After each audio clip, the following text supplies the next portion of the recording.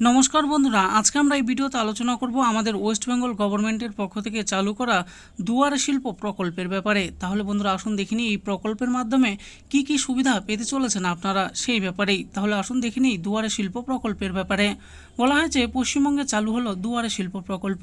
কি কি সুবিধা পাবেন, কিভাবে আবেদন করবেন, তাহলে আসুন জেনে নিই এই সমস্ত কিছুর ব্যাপারে। আপনি কি পশ্চিমবঙ্গের বাসিন্দা, কোনো ক্ষুদ্র বা মাঝারি ব্যবসা রয়েছে, তবে দুয়ারে শিল্প প্রকল্পের মাধ্যমে এবার রাজ্যের তরফ থেকে বড় সুবিধা পেতে চলেছেন। কারণ পশ্চিমবঙ্গ সরকারের MSME বিভাগ বা ক্ষুদ্র, মাঝারি ও ছোট শিল্প দপ্তর সম্প্রতি দুয়ারে শিল্প শিবিরের মাধ্যমে রাজ্যের ক্ষুদ্র ও মাঝারি শিল্পকে কেন্দ্রের বিভিন্ন প্রকল্পের সুবিধা পাইয়ে দেওয়ার উদ্যোগ নিয়েছে। ব্লক স্তরে এই ক্যাম্পগুলি সফলভাবে পরিচালনার জন্য প্রাইস ওয়াটার হাউস কুপার্সকে পরামর্শদাতা হিসাবে নিয়োগ করা হয়েছে। দুয়ারে শিল্প প্রকল্প কি ও কি সুবিধা পাবেন?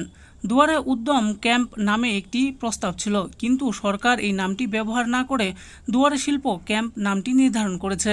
সাধারণত ক্ষুদ্র ও মাঝারি শিল্প সংস্থাগুলি কেন্দ্রের উদ্যম পোর্টালে নথিভুক্ত না হলে সরকারি প্রকল্পের ঋণ বা ভর্তুকি পাওয়া কঠিন হয়।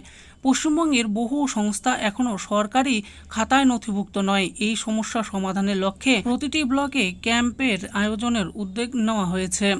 দুয়ারে শিল্প প্রসঙ্গে ক্ষুদ্র শিল্প দপ্তরের সচিব রাজেশ পান্ডে জানিয়েছেন, এই উদ্যোগ সম্পর্কে কোনো মন্তব্য করার মতো পরিস্থিতি তৈরি হয়নি।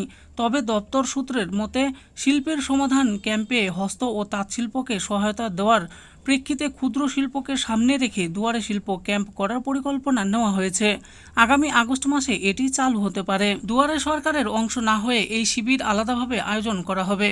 ক্ষুদ্র শিল্প দপ্তরের এক কর্তা জানিয়েছেন, এই ক্যাম্পের মাধ্যমে ক্ষুদ্র ও মাঝারি শিল্প সংস্থাগুলিকে সরকারি সহায়তা দেওয়া হবে এবং উদ্যম পোর্টালে নথিভুক্ত করা হবে। 25শে জুন প্রাইস ওয়াটার হাউস কুপার্সের প্রতিনিধিরা ফসমির কর্তাদের সঙ্গে বৈঠক করেছেন এবং ক্যাম্প সফল করতে কি কি উদ্যোগ নেওয়া যাবে তা আলোচনা করেছেন। ফসমির সভাপতি বিশ্বনাথ ভট্টাচার্য জানিয়েছেন, প্রতিনিধিদের আশ্বাস দেওয়া হয়েছে যে আমাদের 5500 সদস্যের মাধ্যমে ক্যাম্পের প্রচার করা হবে এবং আরও বেশি সংস্থাকে নথিভুক্ত করার জন্য উদ্যোগ নেওয়া হবে। শিল্পের একাংশের মতে পশ্চিমবঙ্গে ছোট সংস্থাগুলির বর্তমান অবস্থা আশাপ্রদ নয়। এই অবস্থার উন্নয়নের জন্য ক্যাম্পের মাধ্যমে আরও পেশাদারি ও বিশেষজ্ঞ সংস্থার সহায়তা নেওয়া হচ্ছে।